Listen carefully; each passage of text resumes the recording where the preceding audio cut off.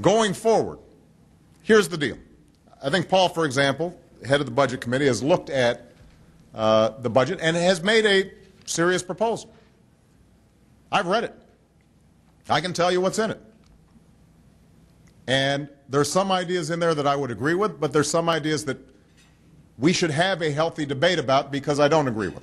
The major driver of our long-term liabilities, everybody here knows, is Medicare and Medicaid and our health care spending. Nothing comes close. Social Security we could probably fix the same way Tip O'Neill and Ronald Reagan sat down together and they could figure something out. That is manageable. Medicare and Medicaid, massive problem down the road. That's where, that's going to be what our children have to worry about. Now, Paul's approach, and I want to be careful not simplifying this because I know you've got a lot of detail in your plan. But if I understand it correctly, would say we're going to provide vouchers of some sort for current Medicare recipients at the current level. 55. Well, no, I understand. I mean, there's a grandfathering in, but just for future beneficiaries, right? That's why I said I didn't want to. I want to make sure that I'm not being unfair to your proposal, but I just want to point out that I've read it, and the basic idea would be that at some point we hold Medicare cost per recipient constant as a way of making sure that that doesn't go way out of whack. And I'm sure there's some details that we grow it at a blend of inflation and health inflation. Right. The point of our plan is, because Medicare, as you know, is a $38 trillion unfunded liability. Right. It has to be reformed for younger generations because it won't exist because it's going bankrupt. And the premise of our idea is, look, why not give people the same kind of health care plan we here have in Congress? That's the kind of reform we're proposing for Medicare. Right. So, look, as I said before, this is an entirely legitimate proposal. The problem is twofold. One is that depending on how it's structured, if recipients are suddenly getting a plan that has their reimbursement rates going like this, but health care costs are still going up like that, then over time, the way we're saving money is essentially by capping what they're getting relative to their costs. Now, I just want to point out, and this brings me to the second problem. When we made a very modest proposal as part of our package, our health care reform package, to eliminate the subsidies going to insurance companies for Medicare Advantage, we were attacked across the board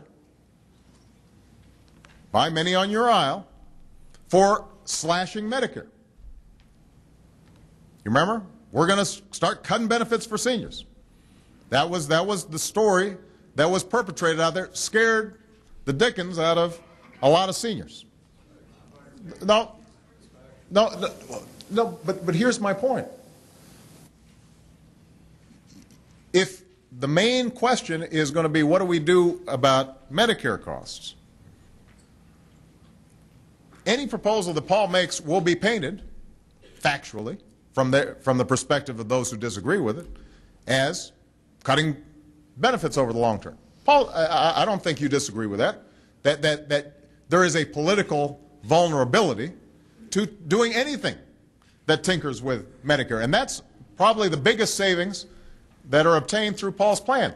And I raise that not because we shouldn't have a serious discussion about it.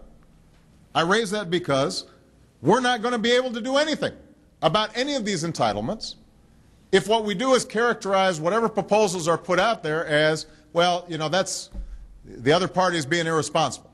The other party's trying to hurt our senior citizens.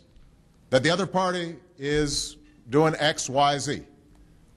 That's why I say if we're going to frame these debates in ways that allow us to solve them, then we can't start off by figuring out A, who's to blame, B, how can we make the American people afraid of the other side? And unfortunately, that's how our politics works right now. And that's how a lot of our discussion works. That's how we start off. Every time somebody speaks in Congress, the first thing they do, they stand up and all the talking points. You know, I see Frank Lutz up here sitting in the front. He's already polled it, and he said, you know, the way you're really going to, I've done a focus group, and, you know, the way we're going to really box in Obama on this one or make Pelosi look bad on that one. I know, I like Frank. We've had conversations between Frank and I, but that's how we operate. It's all tactics. And it's not solving problems. And so the question is, at what point can we have a serious conversation about Medicare and its long-term liability, or a serious question about a serious conversation about Social Security, or a serious conversation about budget and debt, in which we're not simply trying to position ourselves politically. That's what I'm committed to doing. We won't agree all the time in getting it done, but I'm committed to doing it. No, You know, I've already gone over time. He's gone way